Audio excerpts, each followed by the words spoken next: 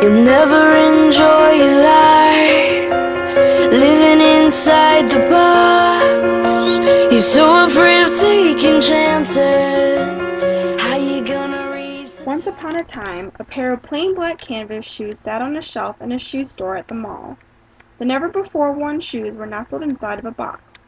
Both shoes were silently asleep and would not awaken until they were taken home by their owner.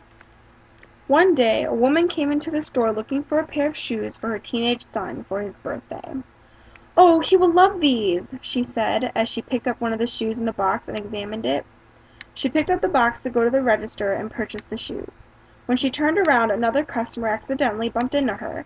"Excuse me, sorry about that," the other customer said. The woman quickly picked up the box and carried on to the register. Little did she know, one of the shoes fell out of the box and landed underneath the shelf. The store was very busy and the checkout line was long, so when she checked out, the cashier wasn't careful about checking for both shoes. The woman paid for the black canvas shoes and left the store, excited to give the pair of shoes to her son. The next day, the woman went to wrap the shoes. She had a strong feeling about checking the shoes before she delicately wrapped the box with wrapping paper. She opened the lid of the box and saw there was only one shoe in the box. She couldn't believe she had left the store without a complete pair of shoes. The woman immediately became frustrated because this meant she would have to travel all the way back to the store and exchange the shoe for a different pair.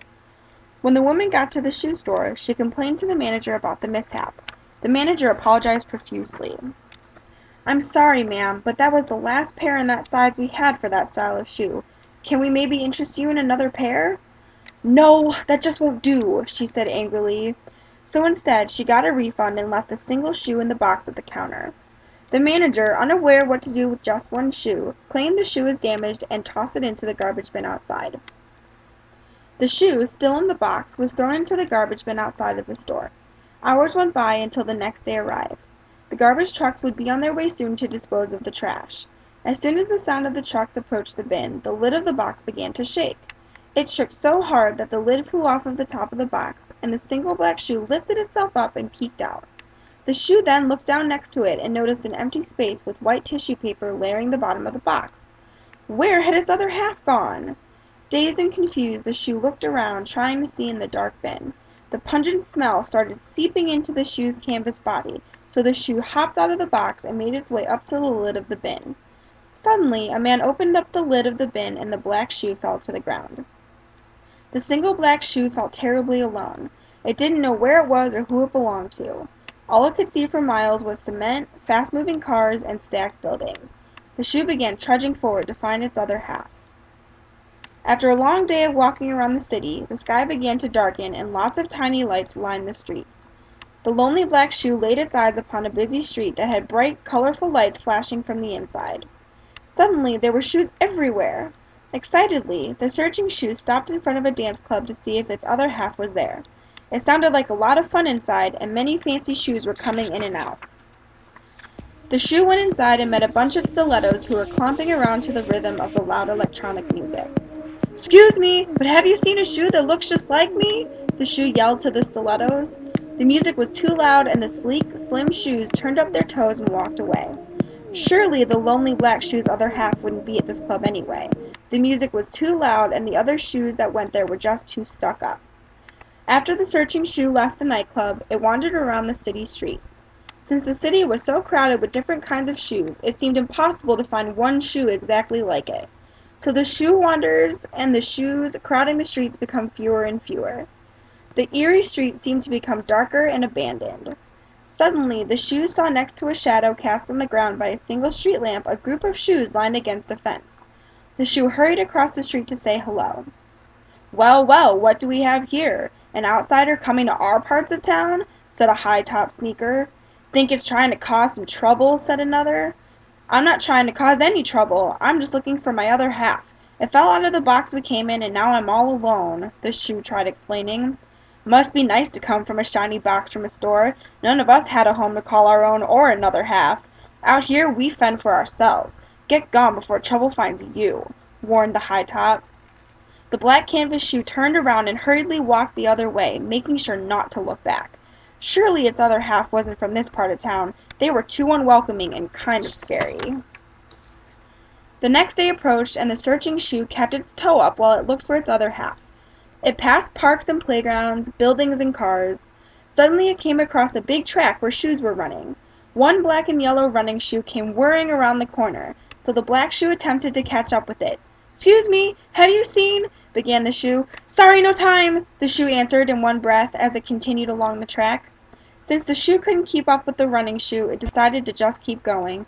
Its other half wouldn't be here anyway, since it wasn't built for running. Then the searching shoe came across a beach, but it was mostly deserted of other shoes. After walking along the water and getting sand stuck inside of it, it came across a pair of flip-flops. When the shoe asked the flip-flops if they've seen a shoe just like them, the flip-flops giggled and shook their toes and flipped over to tan their backside. They were nice, but seemed to be too preoccupied with enjoying the sun to help it find its missing pair. The searching black shoe continued on its way through the city to find its other half. It reached a noisier than usual spot where there was loud clanking and buzzing noises. As the shoe got closer to the source of the noise, huge trucks and tall structures of metal appeared. The searching shoe was so awestruck of the scene that it suddenly got caught in the ground. It huffed and puffed and tried pulling itself out of the sticky black substance on the ground, but it just couldn't find enough strength. Without any warning, the shoe was hoisted out of the ground by a black steel-toe boot. "You okay there? Seems like you need to watch where you're going," laughed the worker boot.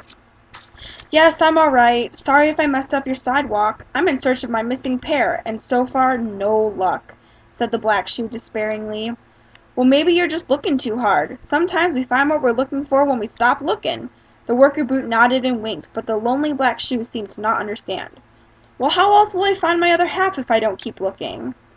"Don't worry, just keep your toe up and let fate take care of everything. Until then, watch where you're going," the worker boot nudged, and the black canvas shoe turned the other way to continue working on the construction site.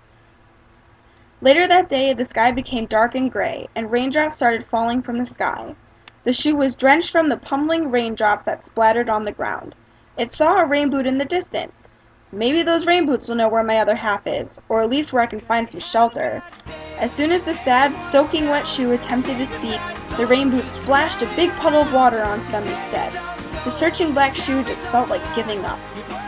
Finally, the searching shoe saunters into a calmer part of the city. The searching black shoe was exhausted and weary about whether or not they would find their missing half. Maybe the shoe would never find it. What does one shoe do without a pair? The sad black shoe decided to give up and wait for a sign, or fate to come and take care of the rest.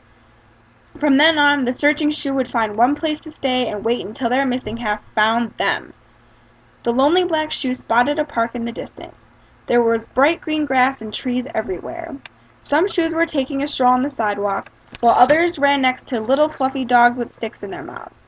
The shoe went over to sit on a park bench. It was exhausted from its quest to find its other half. Upon approaching the bench, it sees a shoe sitting there. It was colored with pinks and peaches and purples.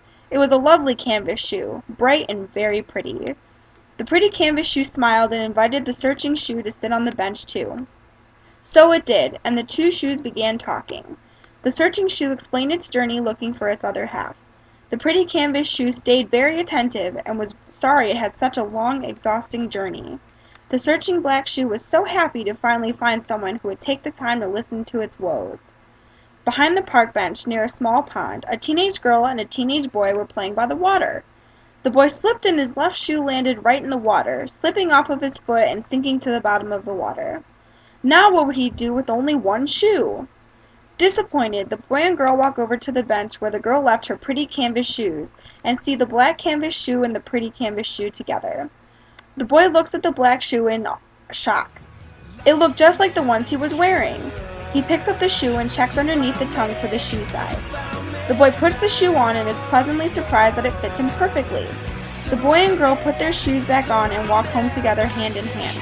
The pretty canvas shoe and the black canvas shoe look at each other and smile.